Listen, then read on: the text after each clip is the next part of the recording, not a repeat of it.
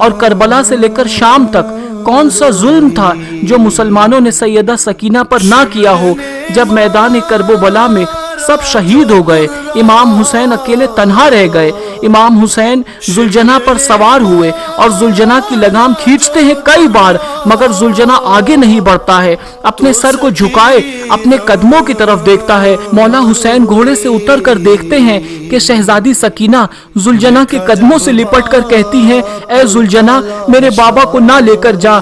जो कोई भी घोड़े पर सवार होकर मक्तल की तरफ गया वो वापस नहीं आया और अपने बाबा से लिपट कर रोने लगती है। इमाम हुसैन शहजादी सकीना से बहुत प्यार करते हैं और 4 साल की मासूम बच्ची को सैयदा ज़ैनब के हवाले करते हैं। सैयदा ज़ैनब, सैयदा उम्मे कुलसूम और तमाम अहले हरम इमाम हुसैन से लिपट कर रोने लगे। इमाम हुसैन की रुखसत पर एक कयामत का समा आ गया, कोहराम मच गया।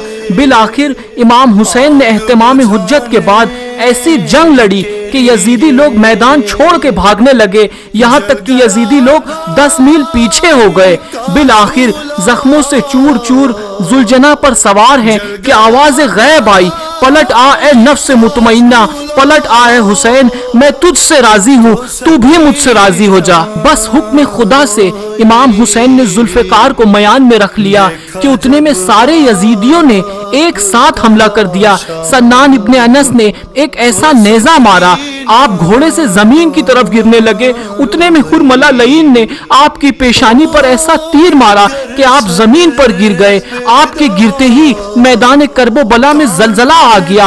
आपके गिरते ही अर्श खुदा गिर पड़ा, दीवार काबा बैठ गई। अल्लाह अकबर। जैसे ही इमाम हुसैन जी से जमीन पर गिरे, सैयदा सकीना रोती हुई उठी खैमों में। सैयदा सकीना ने बीबी ज़ैनब से पूछा, फूफी अम्मा, बाबा कहाँ है? शहजादी ज़ैनब ने रोते हुए बताया कि भैया जी से जमीन पर आ गए। सैयदा सकीना दौड़ते हुई मक्तल की तरफ गईं। हर तरफ यजीदी लश्कर। सैयदा सकीना ने लोगों से पूछा, मेरे बाबा कहाँ है? उनमें से एक जालिम बोला, तुम्हारे बाबा का नाम क्या है? जैसे ही सैयदा सकीना ने फरमाया हुसैन, वो जालिम ने एक तीर को निकाला, इमाम हुसैन को तीर मारते हुए बताया कि देख, वो तेरा बाबा है। सैयदा सकीना दौड़ते हुए बाबा तक पहुंची और आप अपने बाबा के सूखे गले पर कुंद खंजर चलते हुए देख रही थी। 4 साल की बच्ची बाप को करीब से ज़िबा होते हुए देख रही थी। शिम्र मलून सैयदा सकीना को देखकर वो कुंद खंजर से और ज़रबे लगाने लगा। इमाम हुसैन की गर्दन पर 13 ज़रबे लगाया। शिम्र मलून छुरी दिखा दिखा कर बीबी सकीना को इमाम हुसैन की गर्दन पर मारने लगा। इमाम हुसैन की शहादत के बाद जालिमों ने जिस्मों पर घोड़े दौड़ाए और खेमों में आग लगा दी और अहले हरम को कैद कर लिया। करबला के बाद एक मर्तबा एक शख्स ने मदीने में इमाम ज़ैनुल आबिदीन से पूछा कि ए नवासे रसूल, बस इतना बता दीजिए कि जब पहली मर्तबा खेमों में आग लगी तो छोटे छोटे बच्चे कैसे खेमों से बाहर आए? सैयद सज्जाद के हाथों में तस्बीह थी। आपने रोते हुए फरमाया कि जैसे तस्बीह के टूटने से सारे दाने बिखर जाते हैं, ऐसे ही खेमों में आग लगते ही अहले बैत रसूल के छोटे छोटे बच्चे बिखर गए। अल्लाह अकबर। जैसे ही खेमों में आग लगी, शहजादी सकीना जलते हुए दामन के साथ बाहर आई। शिम्र मलून ने आपके कानों से गोशवारे छीन लिए और इतनी बेरहमी से दोनों कानों के गोशवारे खींचे कि आपके कानों से खून बहने लगा। यहाँ तक कि दमे आखिर तक, दमे शहादत तक बीबी सकीना के हाथ कानों पर ही रहते थे। अहले बैत रसूल को कैद कर लिया गया। जब भी सैयदा सकीना 4 साल की बच्ची अपने बाबा के कटे हुए सर को नेज़े पर देखती हैं तो रोने लगती हैं। जैसे ही बाबा की याद में रोती हैं तो शिम्र मलून तमाचे मारने लगता है। 4 साल की बच्ची को इतने तमाचे मारता है कि आपके चेहरे से खून बहने लगता है। रोने पर भी पाबंदी है मासूम बच्ची के। काफिला चलते चलते अचानक से रुक जाता है।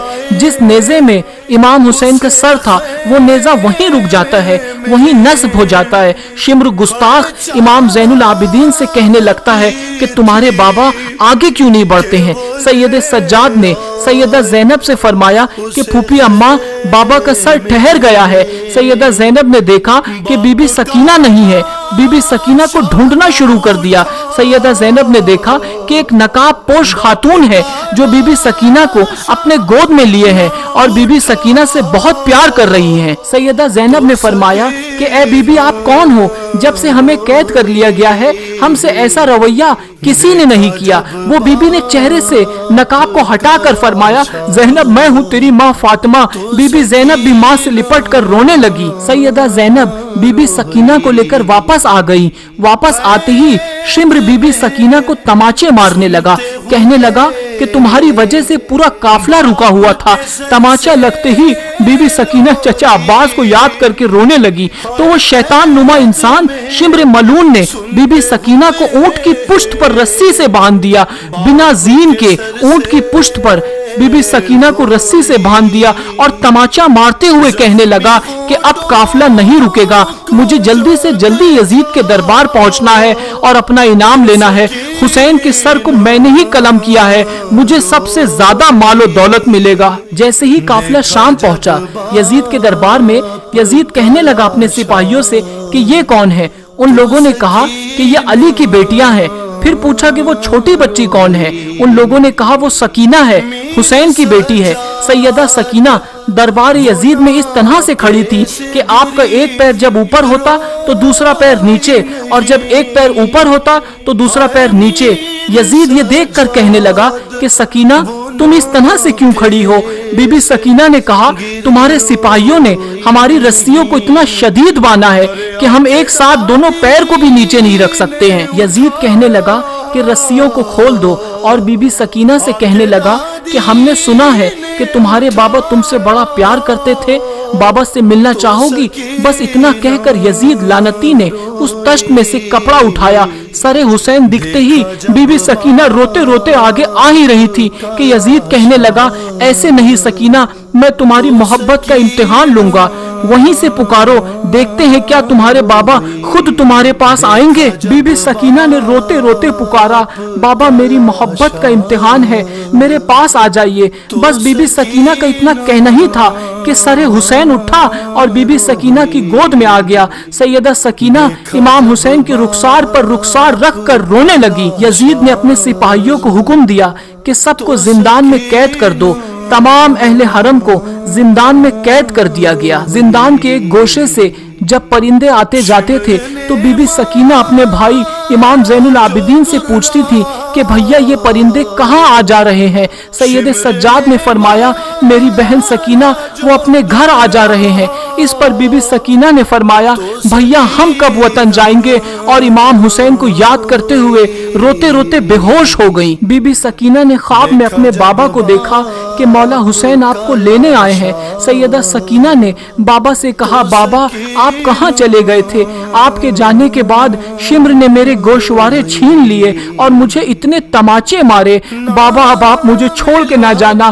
مولا حسین نے ہاتھوں کو پھیلا کر فرمایا آ جاؤ میری سکینہ۔ جیسے ہی بی سکینہ کی خواب سے آنکھ کھلی سیدہ سکینہ نے اہل حرم سے سیدہ زینب سے اور سب سے کہا کہ مجھے بابا لینے آئے ہیں۔ یہ سنتے ہی سب رونے لگے، زندان میں رونے کی آواز بلند ہو گئی، سب بی سکینہ سے لپٹ کر رونے لگے۔ یزید سو رہا تھا، زندان سے جب آواز آئی تو وہ اٹھ کر کہنے لگا اپنے سپاہیوں سے کہ یہ آواز کیسی ہے؟